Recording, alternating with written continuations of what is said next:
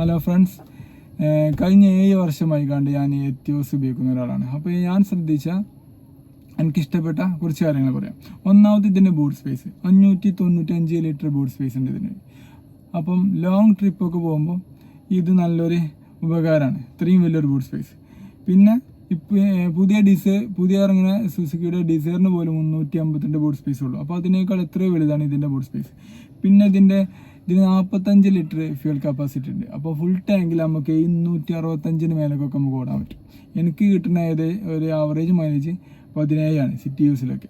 ഹൈവേയിലാണ് നോക്കിയില്ല, 20+ കിട്ടുന്നുണ്ടാണ് ഞാൻ കേട്ടത്. പിന്നെ ഇതിൻ്റെ ലെഗ് സ്പേസ് ആണ്, നല്ല ലെഗ് സ്പേസിന് വേണ്ടി നമുക്ക്. അപ്പോൾ 5 പേർക്ക് വിശാലമായിട്ട് ഇരുന്ന് യാത്ര ചെയ്യാൻ പറ്റും. പിന്നെ പറയാനുള്ളത് അതാണ് എനിക്ക് ഇഷ്ടപ്പെട്ട കാര്യങ്ങൾ. പിന്നെ ഇതിൻ്റെ നെഗറ്റീവ് പറയുകയാണെങ്കിൽ ഇത് ഈ വണ്ടിക്ക് എന്താണ് ഒരു ഓയിൽ ലീക്ക് ഉണ്ട്. ഓയിൽ ഷോർട്ട് ആവുന്നുണ്ട്. അപ്പം അതിങ്ങനെ കുറച്ച് കഴിഞ്ഞാൽ ഓയിൽ കുറച്ച് കുറവും, അത് നമ്മൾ കുറച്ച് ഫില്ല് ചെയ്ത് കൊടുക്കേണ്ടി വരും. അപ്പോൾ ഈ വണ്ടിക്ക് മാത്രമല്ല, അത്യാവശ്യമൊക്കെ ഉണ്ടെന്നാണ് ഞാൻ കേട്ടത്. പിന്നെ ഡീസൽ വണ്ടിക്കുള്ള കാര്യങ്ങളൊക്കെ ചെയ്യണം, EGR ക്ലീനിങ് അങ്ങനത്തെ മെയിൻ്റനൻസ് ഒക്കെ അങ്ങനെ ചെയ്ത് പോയാൽ നമുക്ക് ദീർഘകാലം ഉപയോഗിക്കാൻ പറ്റിയ വണ്ടി. പിന്നെ വേറൊരു കാര്യം പറയുകയാണെങ്കിൽ ഇപ്പോൾ ഇറങ്ങുന്ന ഫ്യൂവലൊക്കെ E20 ഫ്യൂവലാണ്. അപ്പോൾ പണ്ടത്തെ പെട്രോൾ വാഹനങ്ങളൊക്കെ ഓടിക്കുന്ന ആൾക്കാരാണെങ്കിൽ BS4 വണ്ടിയാണെങ്കിൽ E20 ആയാലും എന്തല്ല കമ്പാറ്റബിൾ അല്ല. അപ്പോൾ അതുകൊണ്ട് തന്നെ ആ വണ്ടിയിലെ എഞ്ചിന് റെസ്റ്റ് ചെയ്താണ്ട് വണ്ടിക്ക് പണി കിട്ടാൻ നല്ല ചാൻസ് ഉണ്ട്, കിട്ടാൻ ചാൻസ് ഉണ്ട്. അപ്പോൾ അങ്ങനെ നോക്കുകയാണെങ്കിൽ പണ്ടത്തെ ഡീസലിൽ പെട്രോളിൽ എഥനോൾ കലർത്തുന്നത് പോലെ ഡീസലിൽ അതിന് തുല്യമായൊരു സംഭവം ഇല്ല എന്നാണ് ഞാൻ ഇതുവരെ മനസ്സിലാക്കിയത്. ഉണ്ടെങ്കിൽ തിരുത്തുണ്ടെങ്കിൽ നിങ്ങൾ കമൻറ്റിൽ രേഖപ്പെടുത്തുക. അതുകൊണ്ട് തന്നെ ഡീസൽ വണ്ടികൾ റിലയബിളാണ്. നമുക്ക് ദീർഘകാലം നമുക്ക് ഇതും കൊണ്ട് ഈ വണ്ടി കൊണ്ടെടുക്കാൻ പറ്റും. അപ്പോൾ ഇങ്ങനത്തെ റസ്റ്റിംഗ് ഒന്നും വരാൻ ചാൻസ് ഇല്ല ഈ E20യുടെ.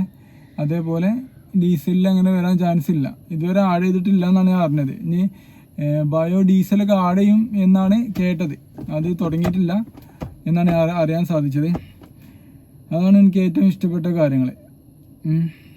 പിന്നെ പറയാനുള്ളത് ഇതിൻ്റെ മെയിൻ്റനൻസിനെ കുറിച്ച് പറയുകയാണെങ്കിൽ ഞാൻ എല്ലാ വർഷവും ഡീസൽ ഫിൽറ്ററൊക്കെ ചേഞ്ച് ചെയ്യലുണ്ട്. പിന്നെ ഓയിലൊക്കെ അതിൻ്റെ കിലോമീറ്റർ നമ്മൾ കറക്റ്റ് മാറ്റുക, അങ്ങനെ കൊണ്ടെടുക്കുക.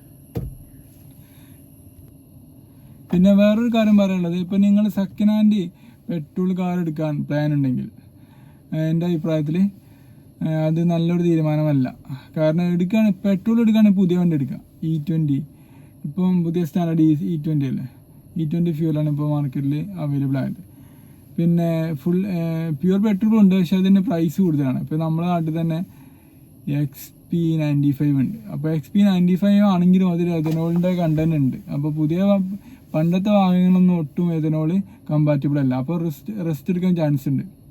അപ്പോൾ നിങ്ങൾ ഡീസൽ എഞ്ചിനാണ് എടുക്കുന്നതെങ്കിൽ അതിന് ഡീസലിൽ ഇങ്ങനെ വരാൻ ചാൻസ് ഇല്ല എന്നാണ് ഞാൻ കേട്ടത്. അപ്പോൾ അതുകൊണ്ട് തന്നെ പെട്രോൾ വണ്ടിയിലേറെ റിലയബിൾ ആവാൻ ചാൻസ് ഉണ്ട് ഡീസൽ വണ്ടികൾ. ഡീസൽ വണ്ടിക്ക് നല്ല പണി വരാൻ ചാൻസ് ഉണ്ട്. ഞാൻ പമ്പ് മാറ്റിയിട്ടുണ്ട്, അപ്പോൾ നോസിൽ പണി പിടിപ്പിച്ചിരിക്കണേ. അപ്പോൾ അങ്ങനെയൊക്കെ നല്ല ചിലവ് ഡീസൽ വണ്ടിക്ക് ഉണ്ട്. എന്നാലും ഡീസൽ വണ്ടി ഓടിക്കുന്നൊരു സുഖം വേറെ തന്നെയാണ്. അപ്പോൾ അതൊക്കെയാണ് ഇതിൽ പറയാനുള്ളത്. ഇനി എന്തെങ്കിലും ഉണ്ടെങ്കിൽ വിട്ടുപോയിട്ടുണ്ടെങ്കിൽ നിങ്ങൾക്ക് അറിയാവുന്ന കാര്യങ്ങളൊക്കെ കമൻറ്റ് ചെയ്യുക. Thank you.